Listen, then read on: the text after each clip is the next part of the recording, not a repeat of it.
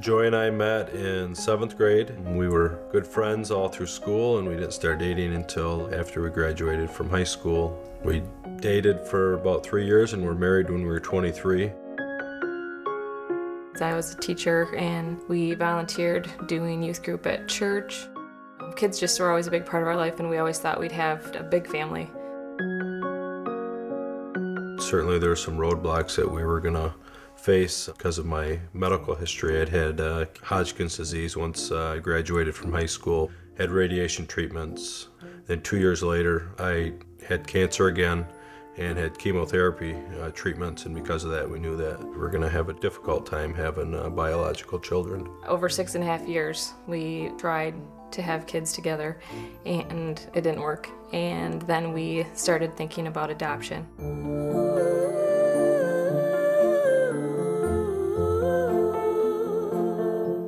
EJ is our oldest daughter. She's adopted. She is the person that fulfilled that desire in our hearts to have our own family. We had to wait a year before we could sign up for another adoption, which we did. And about 6 months into that wait, we got a phone call that we'd been picked again. About 30 minutes after we got the phone call, Jace was born.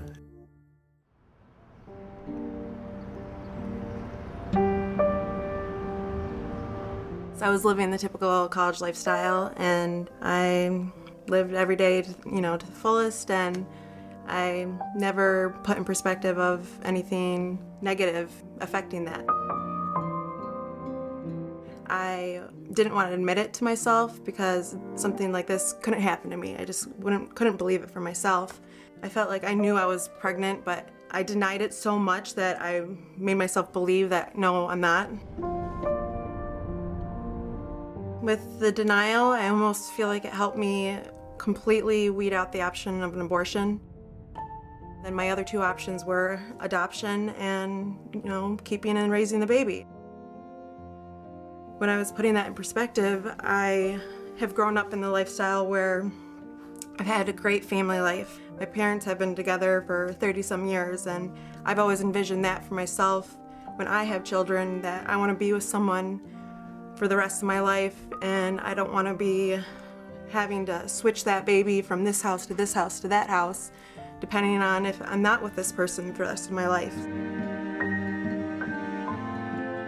I'm very mature, I'm very independent, and I know financially, emotionally, I probably could have, raised the baby with my parents' help, but when I put myself out of the picture and just did something for the baby and for this child, I knew adoption was the only option, and honestly, it was the best choice I could have ever made.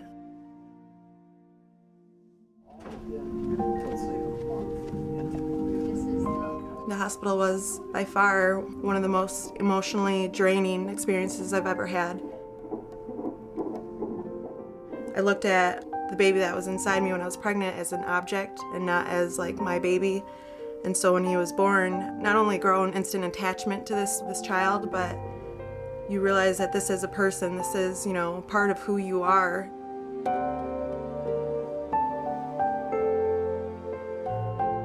Walked in the room and we gave her a hug, and it was just a really special time. When I met them, had this aura about them. It's almost like an angelic, they just make you feel warm and comforted. And I saw them, we all start, crying, and it fit. They were meant to be parents, and I was just blessed to have them come into my life. We just decided Jace is gonna live with us for forever.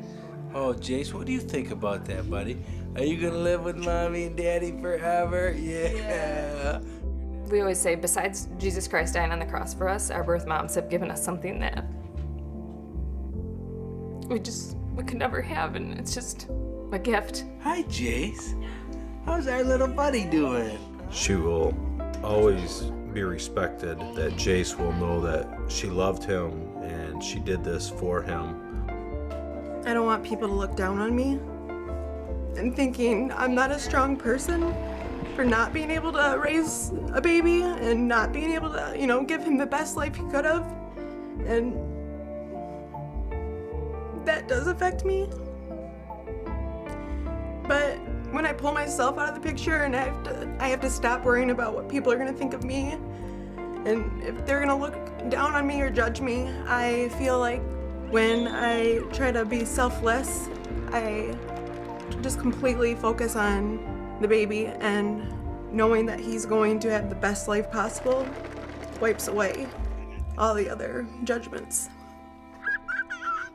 I chose adoption for Jace. It wasn't for myself. It was so that Jace could have a better life, and it wasn't so I could have an easier life, or, you know, it just takes the burden off me, because it's the opposite. Like, I still will always live with this, but I chose adoption for Jace so that he could have the best life he could ever possibly imagine.